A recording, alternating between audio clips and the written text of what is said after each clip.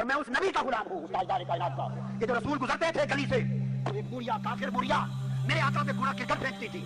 ایک دو روز گزر گئے، آقا گزرے، کوڑا کرکٹ نہیں پھینکا، کوڑا کرکٹ نہیں پھینکا. میرے آقا نے پوچھا، یہاں ایک عورت رہتی تھی اور ہر روز میرے اوپر گندگی کوڑا کرکٹ پھینکا کرتی تھی، کسی نے 2 روز گزرے نہیں پھینکا، پتا تو کرو اسے کیا ہوا.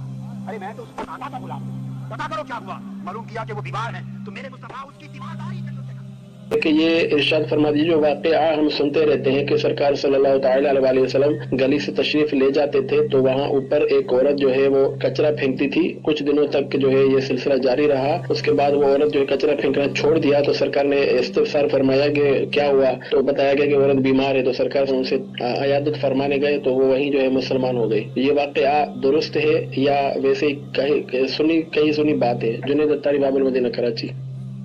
یہ کیا ارشاد فرمائیں گے؟ بچپن سے تو یہ واقعہ سن رہے ہیں. دیکھیں، اصل یہ ہے بنیادی اعتبار سے کہ نبی کریم صلی اللہ تعالیٰ علیہ وآلہ وسلم کی طرف وہ بات منسوب کی جائے کہ جس کے بارے میں علم ہو کہ حضور علیہ السلام نے اس طرح فرمایا ہے یا حضور علیہ السلام نے اس طرح کیا ہے.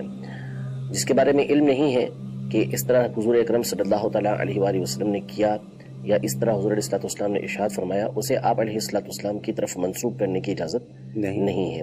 میں اس پر مزید عرض کرتا ہوں، لیکن یہ جو واقعہ بیان کیا گیا سوال کے اندر کہ وہ بوڑھیا کچرا ڈالا کرتی تھی اور حضور علیہ السلام پر 2 دن نہیں ڈالا تو آپ اس کی عیادت کے لیے گئے اور اس کے بعد اس نے اسلام قبول کر لیا، تو اس کو بہت زیادہ علماء نے تلاش کیا. آج کے دور میں بھی وہ علماء بالخصوص کے جو علم حدیث کے ساتھ ایک اشتغال رکھتے ہیں، مشغول لیتے ہیں، ان کی ایک بڑی تعداد نے اس کو تلاش کیا، لیکن کسی کتاب کے اندر کسی جگہ یہ واقعہ نہ مل سکا. صرف یہ ایک اسکولوں کی کتاب کے اندر معروف تھا کہ اس میں یہ واقعہ لکھ دیا گیا اور پھر وہ اتنا رائج ہو گیا ہمارے درمیان کہ گویا کہ کسی مستند اور مشہور کتاب کے اندر یہ واقعہ لکھا ہوا ہو. حالانکہ اب تک کی کوشش کے بعد، سعی کے بعد اس طرح کا واقعہ جو ہے وہ مل نہیں سکا.